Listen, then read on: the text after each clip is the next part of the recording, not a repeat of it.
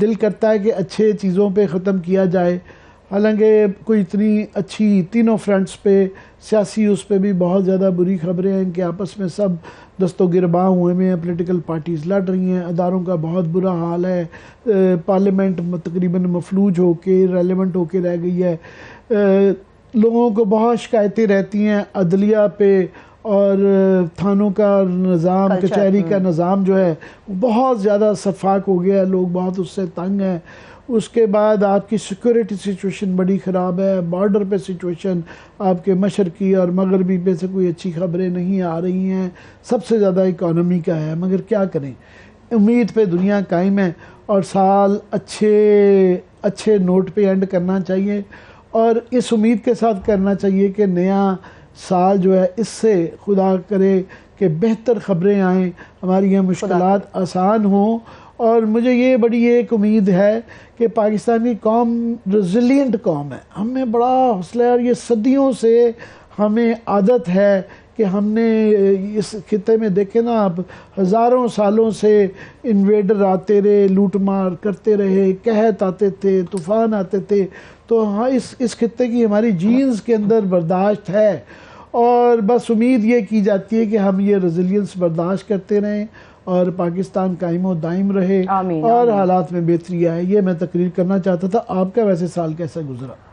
خوشی غم تو عامر صاحب سال میں سبھی کے ساتھ چلتی ہے، مگر دو اچھی چیزیں، ایک جیسے آپ نے پہلے کہا آپ بیک بون تھے مقابل کی، آپ نے اگین ہمیں جوائن کیا، اور دوسری اچھی خبر یہ کہ اللہ نے مجھے اس سال بیٹے کی نعمت سے نوازا۔ بہت مبارک ہو۔ میں یہ نام نہ کہتی تو میں آپ کو یہ کہنے والا تھا، یہ مبارکباد دینے ایک اور چیز آپ بھول گئے، کسی کا دیرینہ خواب تھا وزارت عظمیٰ کا تخت اور شہباز شریف صاحب وزیر اعظم بن گئے، وہ آپ بھول نہ گئے۔ صرف کہ جو عمران خان کی کو وہ گر گئے، شہباز شریف صاحب جو ہے نا وہ پرائم منسٹر بن گئے، جو کہ پچھلے 10 20 30 سال سے تھا، اور لگتا نہیں تھا کہ نواز شریف کے ہوتے ہوئے کبھی وہ ایسا کر کبھی وہ بن پائیں گے۔ تو وہ یہ پتہ نہیں کسی کی دعا کی وجہ سے یا ان کی دعاؤں کی وجہ سے وہ ایسا ہوا کہ نواز شریف صاحب نکل گئے، اور اس کے بینیفیشری بہرحال شہباز شریف تھے۔